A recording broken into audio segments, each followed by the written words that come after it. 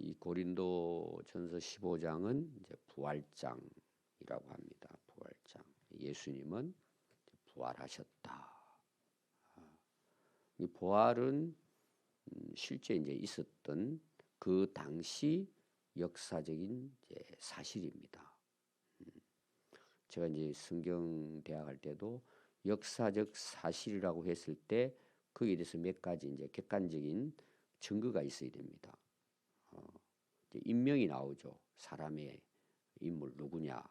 그리고 지명이 나옵니다. 어디 태어나고 어디서 어떤 사건이 일어나고 또 하나는 연도가 있습니다. 연도. 몇 년, 몇 월, 며칠. 이런 것은 거의 역사적인 사실을 이야기하는 거죠. 그 중에 중요한 게 뭘까요? 증인이 있습니다. 그때 같이 있었다, 보았다 이런 거죠.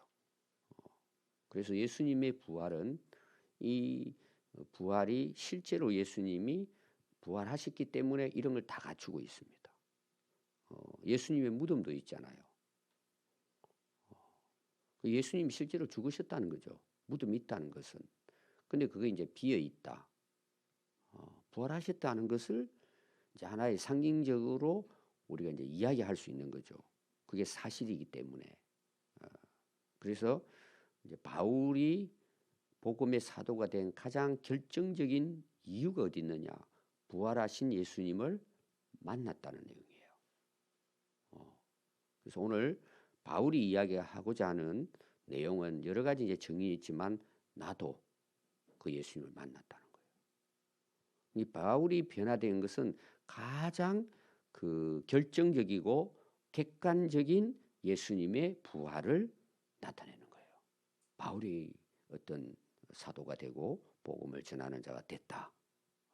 그래서 오늘 우리가 마지막 그 8절에 읽은 내용의 맨 나중에 이렇게 나오잖아요. 사실 이거는 이제 그 겸손한 표현이기도 하지만 자기가 예수님을 핍박하는 그 과거가 있잖아요.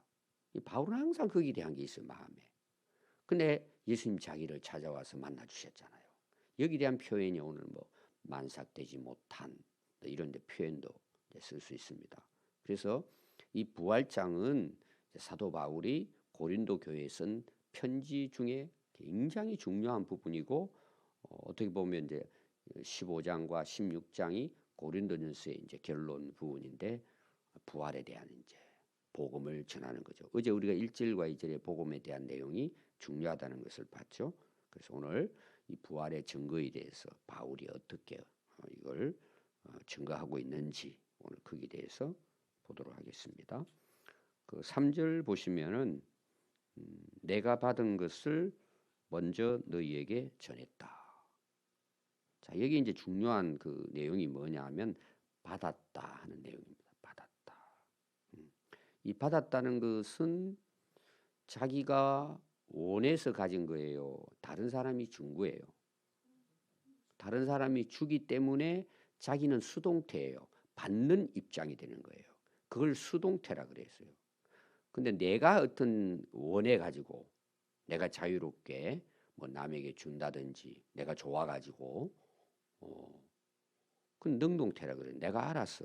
그러니까 예수님을 만나고 오늘 이제 이 그 말씀을 기록해서 고린도 교회에 전달하고 하는 이 모든 것들은 내가 받은 것인데 여기서 내가 노력을 하고 연구를 하고 내가 소원하고 원해 가지고 예수님을 만난 것이 아니라는 그런 뜻이 있는 거죠. 그럼 우리는 사실 다 그렇습니다. 예수님 오신 것부터 시작해 가지고 받았으니까 자기는 가지고 있는 거죠. 또 이걸 다른 말로 말하면 우리가 선물이라고 볼 수 있어요. 선물이라는 건 상대방이 나에게 주는 거잖아요. 나는 받는 입장이잖아요. 이걸 이제 우리가 이런 그 문장을 이해할 때 이제 수동태, 능동태, 특히 헬라 같은 경우에는 시제, 시점, 그 다음에 어떤 상태, 내가 받는 거냐, 내가 주는 거냐, 뭐 이런 것들을 상당히 이제 해석할 때 굉장히 중요하게 생각하고 있습니다. 그러니까 한마디로 말하면 오늘 우리가 쉽게 말하면 은혜라는 거예요. 은혜. 내가 은혜로 받은 거다. 하나님 은혜로.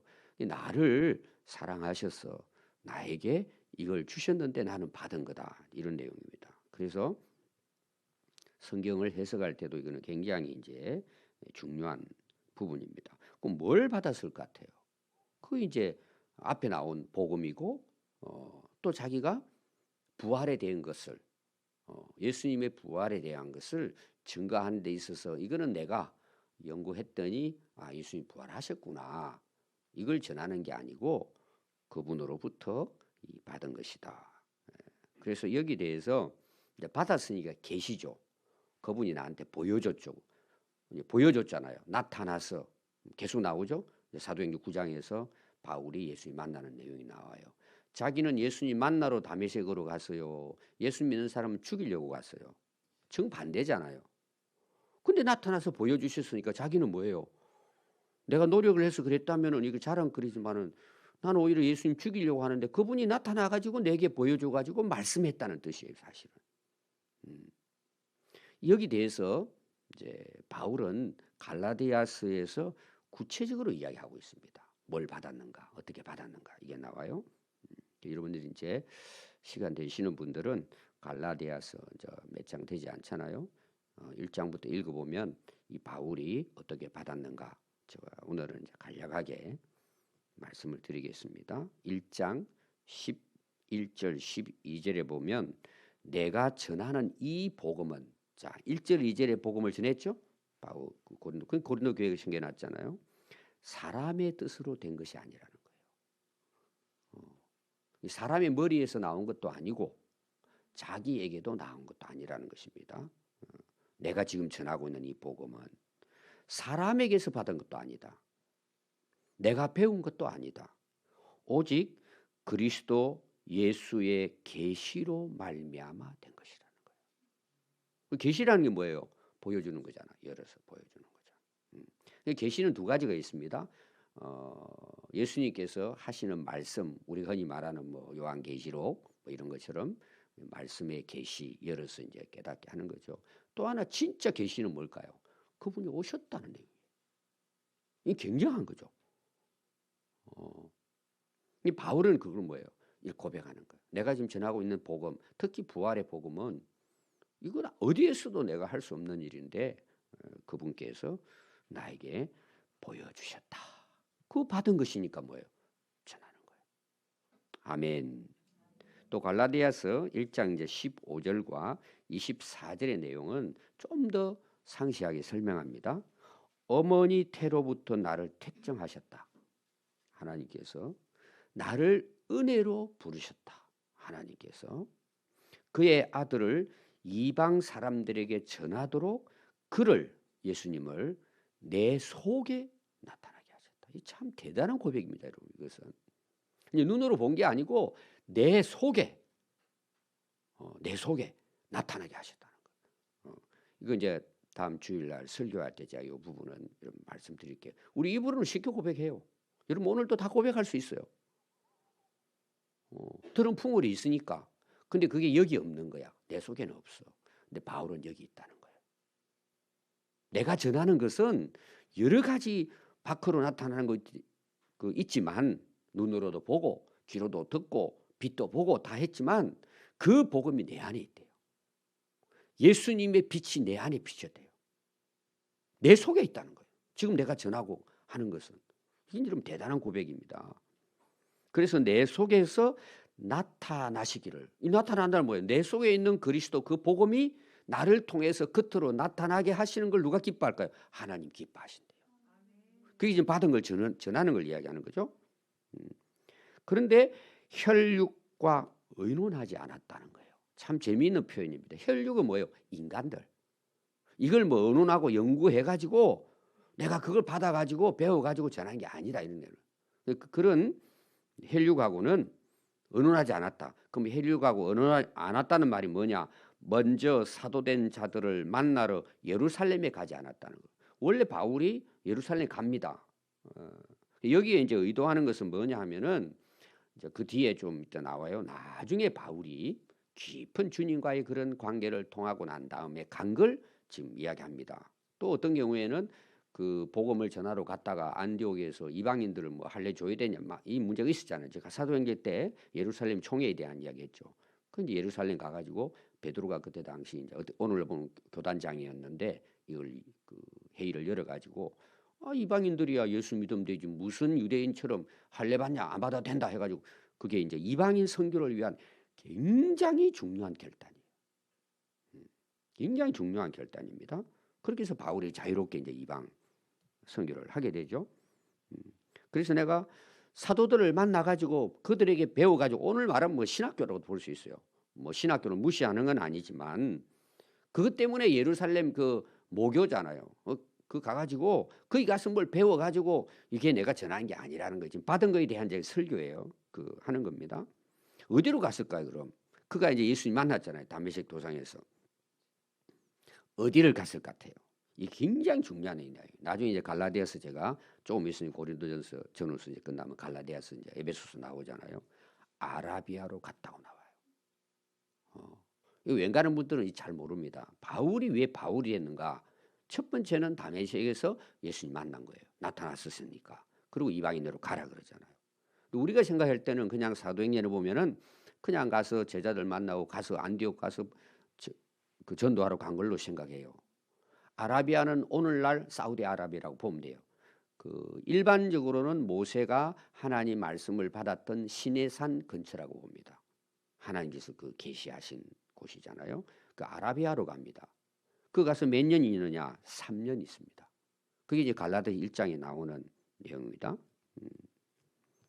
3년 만에 게바를 방문하러 예루살렘으로 갔다. 자, 예루살렘의 교단장이 누구라고요? 그 당시 베드로라며 그 수제자로 베드로가 이제 예루살렘 그 교회의 오늘만 담임 목사 뭐 교단장이라고 볼 수 있어요. 3년 후에 가가지고 베드로를 만났다는 강조를 뭘 좀 하죠? 내가 지금 받은 이걸 전하는 것은 사람들에 의해 가지고 혈육에 의해 가지고 뭐 누구 이렇게 회의해 가지고 거기에서 결정되고 이런 것이 아니고 이런 그런 것도 있습니다. 바울이 지금 강조하는 뭐예요? 나는 직접 예수님 만나고 그분이 나에게 직접 보여주어서 내가 그 은혜로 알고 있다는 거죠. 여러분 진짜 믿음이 뭐예요? 선물이에요. 그분이 내게 은혜를 주신 거예요. 그래서 믿어지는 거예요. 그리고 이것은 또한 아까 내 속에라는 이야기 했잖아요. 내가 체험한 거예요. 눈으로도 봤지만 그분이 내 안에 있대요. 그 복음이 내 안에 있대요. 그게는 바울은 뭐예요? 자기는 질그릇 같다고 표현하잖아요. 그 내 속에 뭐가 있어요? 보배가 있다는 보배가. 다 여기서 바울의 경험에서 다 나온 거예요. 실제로. 여러분 진짜 이런 은혜가 있어야 돼요. 그럼 여러분 목숨 걸 수 있어요. 복음에.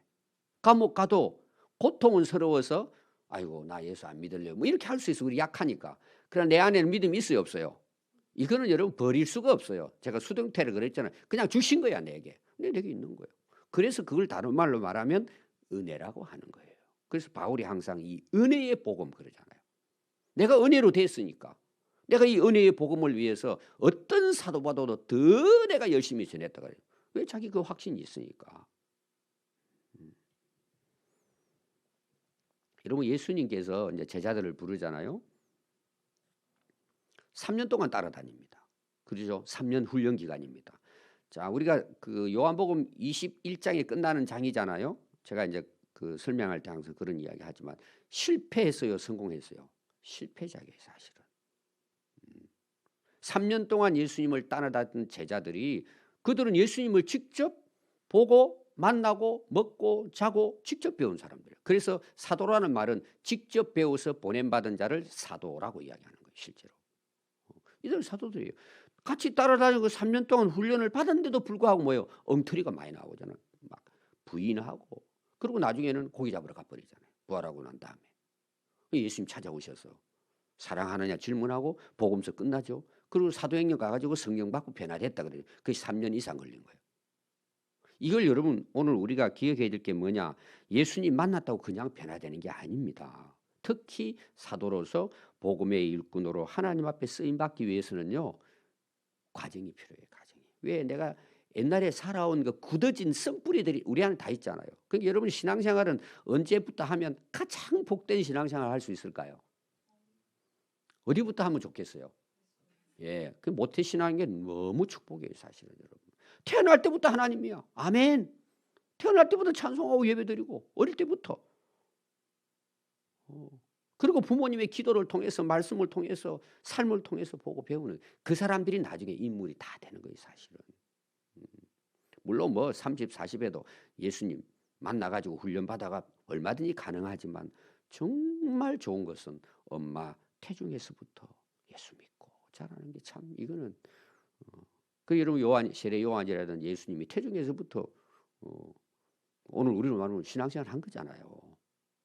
그래서 여러분 자녀들을 위해서 태중에는 뭐 여기 앉아 계신 분들 또 뭐 다시 이제 뭐 임신하시면 어쩔 수 없지만 태어난 자녀들 지금 있는 집에 있을 때 집안이 두 번째 태중이에요.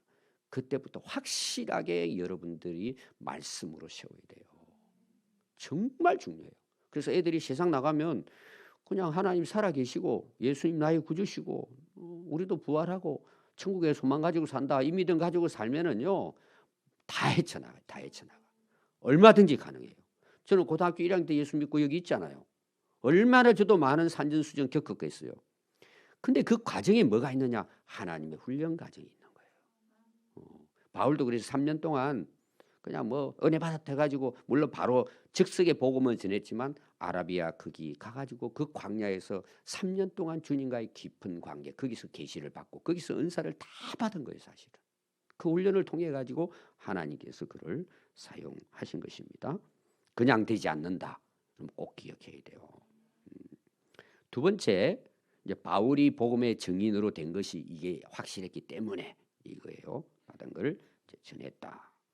그리고 두 번째가 뭐냐 하면 성경대로 그리스도께서 우리 죄를 위하여 죽으시고 제가 어제 죽음의 십자가에 대한 이야기했죠. 속죄에 대한 부분을 제가 여러분들이 말씀을 드렸습니다. 자 오늘 3절과 4절에 이제 바울이 강조하는 것은 성경대로라는 거예요. 성경대로. 이 당시 성경은 구약을 이야기합니다. 신약이 없을 때예요. 그리고 구약의 말씀에 그러니까 바울이 예수님의 부활하신 예수님을 만나기 전에는 몰랐어요. 이게 뭔지. 글자 말한 거예요. 암송도 했어요. 암송도 다 했습니다. 다 알아요. 물어보면 뭐냐.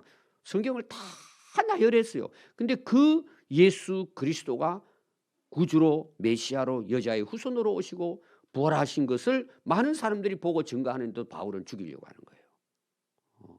제가 이제 아까도 이제 조금 전에 이야기했죠. 머리로 아는 것하고 내 속에 있는 거 다른 거예요, 여러분.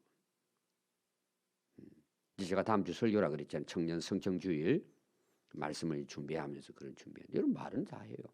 머리는 다 했어요. 여러분 그렇게 사십니까? 물어보면 참 이게 어려운 거예요. 뜻대로 사십니까? 물어보면 굉장히 어려운 거예요. 왜 그럴까 여러분? 그게 내 안에 안 들어와 있는 거예요. 이게 바뀌지. 그게 거듭남이에요. 완전히 거듭나요. 성령 안에서. 그리고 또 거듭나도 넘어집니다. 여러분. 이게 어려워요. 이 세상이 그렇잖아요. 그러니까 항상 우리가 뭐예요? 깨어서 성령으로 충만해야 돼요. 성령이 내 안에서 역사하는 거예요. 이제 다음 주 이제 설교 내용이지만 여러분 베드로가 어떻게 이 사도로서 복음의 사도로서 그 실패작이 제자들 데리고 갈릴리 고기나 잡으러 갔던 이 그 베드로가 어떻게 여러분 목숨 걸고 순교할 수 있을까요? 여러분 딱 나와요. 성령이 말하게 하심이 자기 말이 아니에요. 그 안에는 전부 자기 말이야. 자기 말이야. 얼마든지 할 수 있어요, 여러분.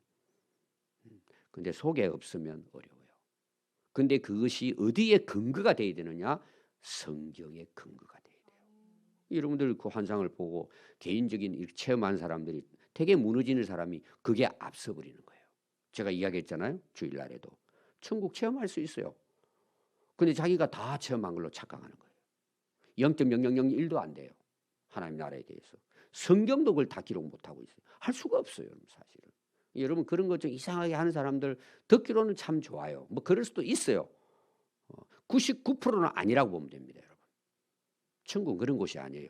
근데 가장 확실한 건 뭘까요? 성경이 예수님이 기록하셨잖아요. 요한계시록에 여러분 예수님이 여러 가지고 계시로 보여준 걸 기록한 거잖아요. 여러분 그것만큼 확실한 게 있어요? 여러분들의 모든 경험이나 신앙의 근거는 항상 뿌리가 성경에 어떻게 근거하고 있는가가 나와야 돼요. 제가 성경대학 할 때도 계속 물어봅니다. 그럼 자기들이 이야기해요. 근데 보면 다 대부분 수박 그달기식이야. 이게 딱 나오지가 않아. 그거 제가 물어보는 건 뭐예요? 성경의 근거를 믿느냐는 질문이거든요. 저도 마찬가지예요. 제가 지금 설교하잖아요.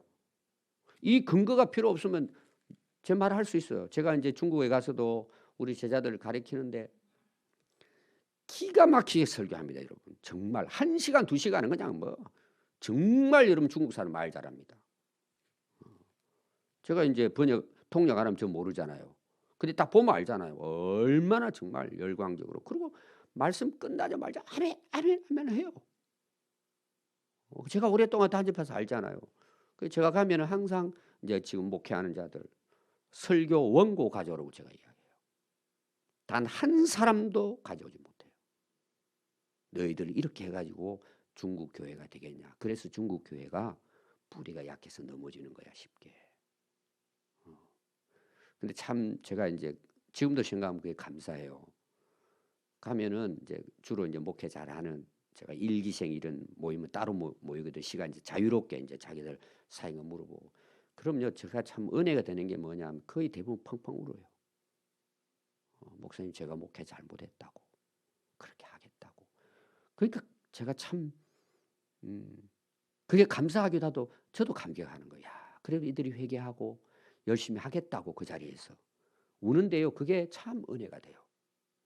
다음에 올 때는 내가 원고를 가져와라.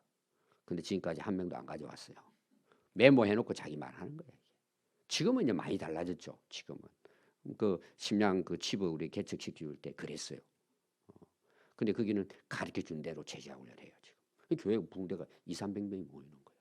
여러분 중국에서 우리라면 서울 시와 갔거든요. 살아남아가지고 그렇게 된다는 것은요. 그게 여러분 장난이 아니에요. 사실 중국. 근데 가능한 게 뭘까요? 그들이 성경을 아는 거예요. 이제 근거를 거기 두고 하니까 뭐예요? 하게 되고 열매가 맺는 거예요. 이거는 여러분 목회뿐만 아니라 여러분 자신의 신앙도 마찬가지예요. 성경에 근거한 확실한 믿음이 돼야 돼요. 바울이 목숨 걸 수 있잖아요, 여기에. 근데 여러분 정말 그렇게 생각하고 우리가 말씀을 사모하고 배우려고 거기에 내가 뿌리를 내리려고 하고 있을까요? 피해 가려고 그러잖아요. 좀 부담스러운 거는 아예 보지도 않아요. 어떤 경우는 제가 설교하는데 그런 것만 제가 골라가지고 설교하려고 노력해요. 예를 드는 거예요. 제가 예를 들어. 진짜는 이걸 알아야 되는데 여러분 들을 때는 좀 부담스러울지 몰라도 저는 이제 그런 생각이에요. 여러분 이해가 충분히 되죠? 성경대로의 신앙이 돼야 돼요. 성경대로의 믿음이 돼야 돼요. 그게 뭐라고요? 수동태 꼭 기억하십시오. 내게 보여주시고 은혜 주셨기 때문에 믿어지는 것이 성경대로 믿는 믿음이에요. 믿음이 선물이잖아요. 그것도 선물이잖아요. 내 머리 가지고 이렇게 하려고 하는 것은 여러분 해보십시오. 성경 말씀도 내가 다 이렇게 어떤 사람들은 칼질하잖아요. 이건 아니고 저건 아니고 자기가 잘하는 것처럼. 여러분 우리가 하나님 믿는 데 있어서 첫 번째 가장 중요한 말씀이 뭐예요? 창세기 1장 1절이에요. 그게 안 되는데 어떻게 돼요? 안 믿어진대 그게. 그럼 어떻게 다른 걸 믿어요? 창조자 하나님을 안 믿는데. 우리 성경대학 하는 분들에게 제가 히브리어 가르쳐 줬어요. 그래서 셀 가족들에게도 가서 유식한지 한번 하라고. 창세기 1장 1절 제가 가르쳐 줬습니다. 히브리어. 여러분 그거 확실히 해야 돼요. 그래서 제가 그런 중요하기 때문에 저도 뭐 별로 이제 학교 졸업한 지가 뭐 거의 40년 가까이 되니까 잊어버렸지만 공부를 하다 보니까 너무 중요하니까 제가 또 공부해서 히브리어로 이렇게 맛배기를 보여줬습니다. 그 여러분 그 1장 1절 아시죠? 우리 성경대 하신 분들은 어디 가도 항상 고백해요. 그게 고백하라고. 원문으로 고백하라고. 아멘. 우리 신앙은 성경대로예요. 아멘. 우리가 그게 다 살겠어요? 여기에 믿음의 근거는 성경대로라는 거예요. 이게 구약의 예언에 다 나와요. 자, 우리 지금 성경대학 합니다. 모세오경 구약을 공부하는데 신약이 같이 나옵니다. 그게 창세기 3장 15절이에요. 두 번째가 중요한 내용이 1장 1절이 성경에 가장 중요하고 두 번째는 3장 15절. 신약에 와서는 3장 16절. 그리고 이해하기 쉽도록 제가 여러분들 이야기했습니다. 여자의 후손이에요.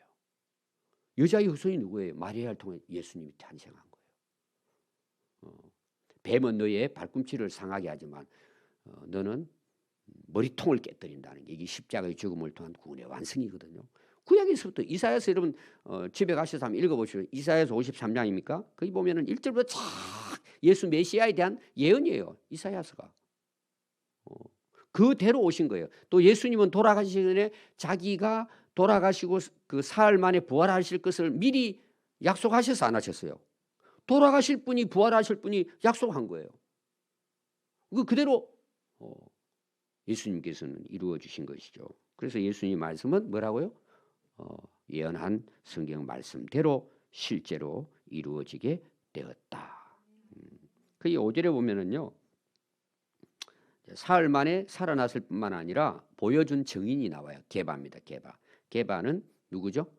베드로. 게바라는 말의 뜻은 아람어로 반석. 베드로는 헬라어로 반석. 그런 같은 뜻을 가지고 있어요. 그러니까 수장이죠. 그때 당시 봤다는 거예요. 또 12제자. 그 위에 500여 형제입니다. 500명의 성도죠. 여기 형제라는 말의 뜻은요. 태라는 뜻입니다. 태. 한 태에서 태어난 형제라는 뜻이에요. 형제 자매 있잖아요. 그 원래 그런 뜻입니다. 근데 왜 여기에 형제라는 말을 썼을까요? 그리스도 안에서 태어난 자들은 다 뭐예요? 한 그리스도 안에 태어난 하나님의 백성들, 형제라고 보는 거죠. 그들은 뭐예요? 일시에 동시에 한순간에 다 봤다는 같이. 그중에 지금까지 대다수 살아있고 바울이 복음 전할 때 그 본 사람들이 500명 중에서 살아있고 맨 나중에 만삭되지 못하여 난 자 내게도 보이셨느니라. 아멘. 그래서 자기는 뭐예요? 부활의 증인이 되었다. 이런 고백을 하고 있습니다. 그게 바울이 앞에 쭉 설명하고는 나중에 뭐예요? 나도 봤다는 거예요. 나도. 참 진짜 인간답지 못한 나도 보여줘서 내가 알게 됐다는 거죠. 여러분 우리가 오늘도 말씀을 보지만 중요한 게 뭐예요? 내가 봐야죠. 내가 그분을 만나야죠. 내가 믿음을 갖고 내가 하나님 앞에 살아가야죠. 그래야 우리 가족들도 많은 사람들도 살릴 수가 있습니다. 그런 여러분 믿음으로 우리의 인생이 우리가 보고 경험한 그분을 내 속에 계신 그분을 우리도 증거할 수 있는 그런 복된 삶이 되어야 할 줄 믿습니다. 기도하겠습니다.